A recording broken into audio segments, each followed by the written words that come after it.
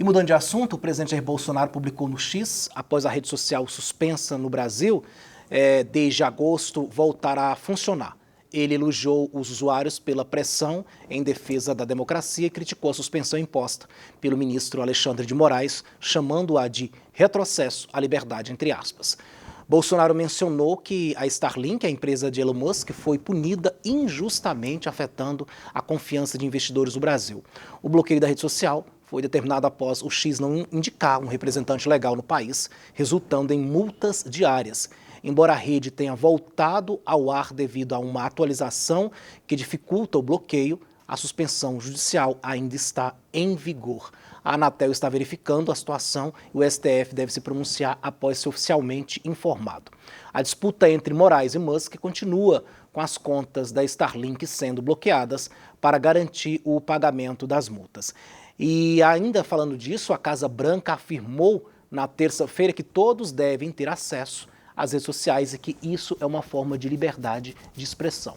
A porta-voz do governo dos Estados Unidos, Karine Jean-Pierre, deu a declaração em resposta à pergunta de uma jornalista da TV Globo em Washington a respeito da posição dos norte-americanos sobre o bloqueio do X do Brasil. Na contramão, mais de 50 acadêmicos, intelectuais e economistas de países como Argentina, França, Estados Unidos, Austrália, Reino Unido, Espanha, Suíça e Itália assinaram uma carta aberta em apoio ao bloqueio do X do Brasil. No documento, também divulgado na terça-feira, os signatários criticam a pressão por Elon Musk, dono da rede social, contra o Estado brasileiro, que, segundo eles, busca assegurar sua soberania digital e regulamentar a operação de plataformas digitais do país. Também afirmam que quando os interesses financeiros das Big Techs estão em jogo, elas trabalham de bom grado com governos autoritários. Em relação ao Brasil, os signatários afirmam que o país visa reduzir sua dependência digital de entidades estrangeiras e construir uma autonomia tecnológica. Rafael Costa, como é que você vê então aí nessa declaração do governo dos Estados Unidos a respeito, da suspensão do X aqui no país? Os atos de Alexandre de Moraes já estão internacionalmente conhecidos, né? Nós já temos um pronunciamento oficial da Casa Branca repudiando o que aconteceu aqui no Brasil, né? Uma vez que o Brasil é um país conhecidamente, como um país democrático, né? E desde então o que nós temos visto é essa ditadura da toga, onde a palavra final tem sido do STF. Eu quero só trazer a reflexão dos nossos caros telespectadores que desde que o Brasil deixou de ser uma monarquia, o que acontece de forma implícita, ou seja, sem que ninguém fale isso abertamente, é que o STF acabou fazendo a função do rei. Porque hoje você tem o STF entrando em questões das quais não devia. A corte devia ser uma corte meramente constitucional. Entretanto, nós vemos ela aí dando decisões das mais diversas áreas, inclusive influenciando nas relações diplomáticas brasileiras. Haja vista, não há muito tempo, esse próprio STF resolveu enviar observadores à Venezuela e depois resolveu não enviar mais, como se fosse a ele, STF, o responsável pela política internacional brasileira, o que definitivamente não é o caso. Em relação ao STF, chama atenção também, nessa briga com Elon Musk, que o STF vem protagonizando, não é a primeira vez, diversos ensaios à censura.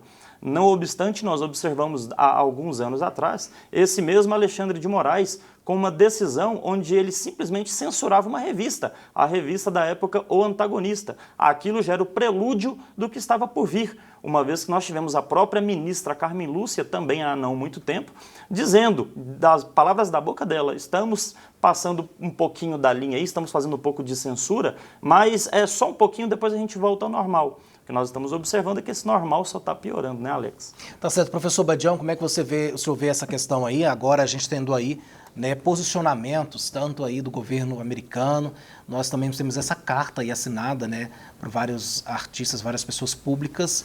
Uns defendem, outros acham que o Elon Musk realmente tem aí outras intenções com o Brasil. Como é que o senhor está vendo tudo isso? Estados Unidos sempre foi símbolo de liberdade. Liberdade de expressão, liberdade de trabalho, liberdade de empreendimento, liberdade de ir e vir. O povo americano sempre deu sinais de grande avanço naquilo que a França iniciou. Já vista que lá é uma democracia ainda já bem madura, professor? Nossa bem democracia madura, ainda está madura. patinando, ainda está caminhando aí a passos lentos. E nós precisamos de levar em conta que essa censura praticada pelo ministro Alexandre de Moraes, e o doutor Rafael acabou de criticá-lo porque ele está tomando atos de governo, e ele não é governo, nunca foi.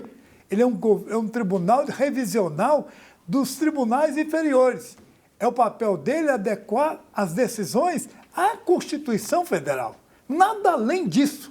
Nada além disso. E, lamentavelmente, ele decide se pode nomear o diretor da Polícia Federal, se não pode, se o presidente vai ter uma eleição na Venezuela, se ele pode mandar representante para verificar se essa eleição é certa ou errada, ou dar exemplo de mau exemplo que ele deu aqui no Brasil. Enfim, é preciso botar um ponto nos is. O doutor Rafael Costa tem muita razão quando ele critica os atos de governo praticados por Alexandre de Moraes. Eu acho um absurdo. E não sei como é que eu vou entrar em sala de aula para dar aula sobre direito constitucional. Eu estou realmente preocupado, porque eu conversei com um dos maiores professores de direito constitucional que nós temos em Goiás, que é o doutor Ari Queiroz. Ele disse para mim, todas as vezes que eu vou dar uma aula, eu fico lendo nos jornais do dia anterior para ver qual é a nova decisão do Supremo ao interpretar a Constituição.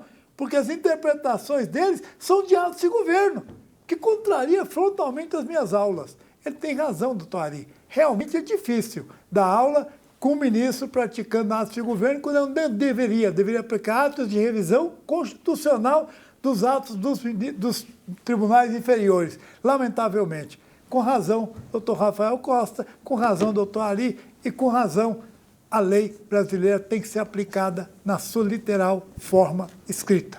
Tá certo. Professor, aliás, doutor Rafael Costa, até citei aqui essa questão da nossa democracia, me ajuda a lembrar aqui, né?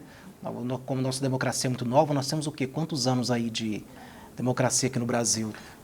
Mais de... A monarquia acabou em 1889, né? Ali houve a transição, né? Que esse sim foi o verdadeiro golpe que aconteceu, né? Cerca de 40 anos, para aí, né? Mais. Bem mais. É 1889, né? Sim, não, claro, não 800. Aí depois nós passamos para um regime, né, mais democrático. Tivemos ali o período do militarismo no Brasil, né, que chamam de ditadura. Não era bem uma ditadura, assim, era muito próximo, né, mas havia alguns detalhes ali que era uma situação muito sui generis, né?